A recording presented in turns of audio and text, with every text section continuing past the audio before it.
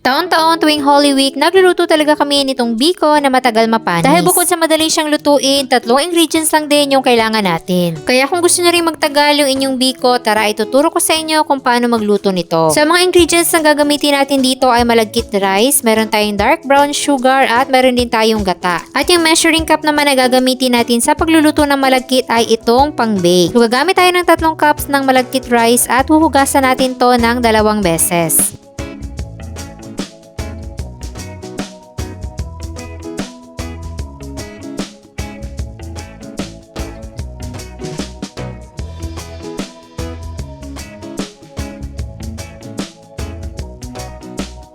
Para lang din tayo nagluluto ng white rice, kung ilang baso yung malagkit ay ganun din yung tubig. So maglalagay tayo ng 3 cups din na tubig at ilalagay na natin to sa rice cooker. So antayin lang muna natin yung maluto bago tayo mag-start sa paggawa ng latik.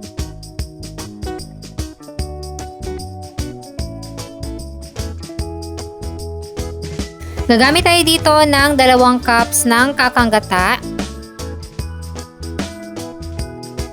Hahaluin lang natin to at lulutuin hanggang sa mag-curdle at mag-brown.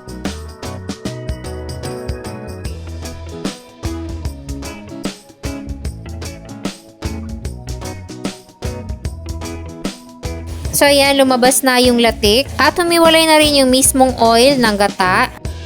At kapag ganitong brown na, pwede na nating hanguin yung latik.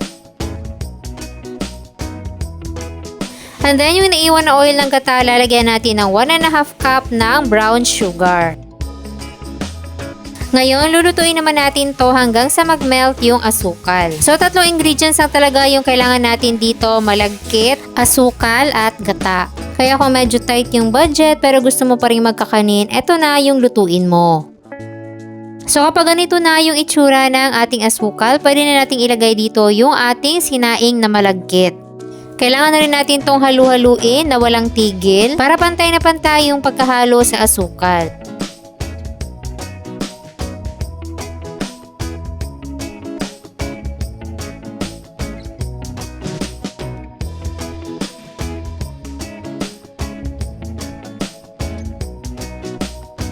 So, dapat ganito yung magiging itsura ng ating biko. Maglalast ito ng 2 to 3 days sa room temperature at 3 to 5 days naman sa loob ng ref at tumatagal ito ng hanggang 1 linggo kapag na-store nyo ng maayos. So, mas tumatagal ito compare doon sa pagluluto na puti pa yung gata at nilagay na natin yung malagkit. Alam niyo naman na kapag meron talagang gata ay madali lang masira. Pero kapag ganito yung pagkaluto ay talagang tumatagal. At ayan, ilalagay na natin dito yung latik sa ibabaw.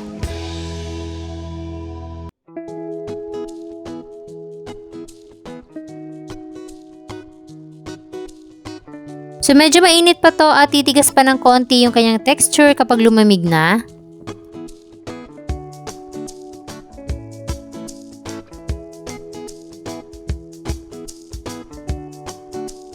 At ayan, ready to eat na ang ating napakasarap at pang matagalang biko. At kung gusto nyo rin magluto nito, meron tayong kumpletong listahan ng mga ingredients dyan sa baba. Sana nagustuhan nyo ang ating recipe for today. Enjoy!